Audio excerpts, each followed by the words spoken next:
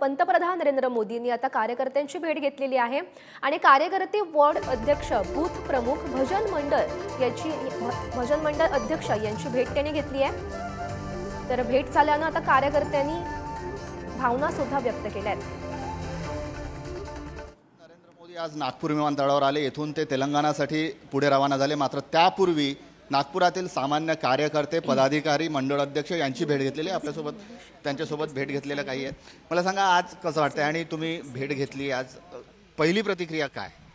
पहिलं तर असं वाटलं की पंतप्रधान नव्हे एक तपस्वींना आपण भेटलो।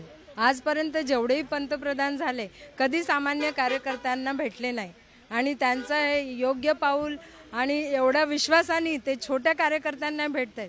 खरं म्हणजे हे एक प्रेरणा आहे। तुम्ही आज पंतप्रधानांना भेटले, सर्वप्रथम कशी भेट राहील?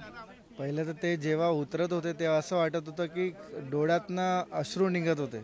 म्हणजे भावुकता एवढी खरंच आली की काही म्हणजे देशाचे पंतप्रधान आपल्या समोर येत आहे, आपल्यासारख्या सर्वसामान्य कार्यकर्त्यांना भेटत आहे, हे आमच्यासाठी खूप मोठी गोष्ट आहे। आणि कानमंत्र दिला पंतप्रधान साहेब, त्यांचं बस बोलण्याची तर हिंमत, शब्द अटकले काय बोलू म्हणजे शब्दच नव्हते त्यांच्याशी, पण त्यांचा नमस्कार घेतला, त्यांनी 2 मिनिटं पाहिलं आमच्याकडे, हेच आमच्यासाठी खूप। बस ऐसी एक जनरल भेंट थी, है ना। तो प्रधानमंत्री हमारे से मिले, ये बहुत बड़ी बात है, गर्व की बात है। आज मिलने के लिए अच्छे लोग, वीआईपी लोग तरसते। आज प्रधानमंत्री से खुद होकर हमारे से मिलने आए, 2 मिनट के लिए भेंट हुई, लेकिन वो बहुत अच्छी थी। एक कार्यकर्ता में ऊर्जा पैदा हो गई अभी इलेक्शन के लिए, बहुत अच्छी बात है ये।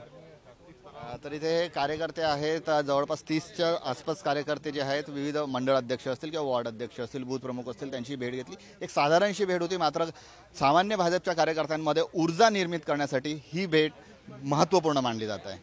कॅमेरामन मंगेश हस्तकसह जितेंद्र शिंगाळे, पुढारी न्यूज, नागपूर।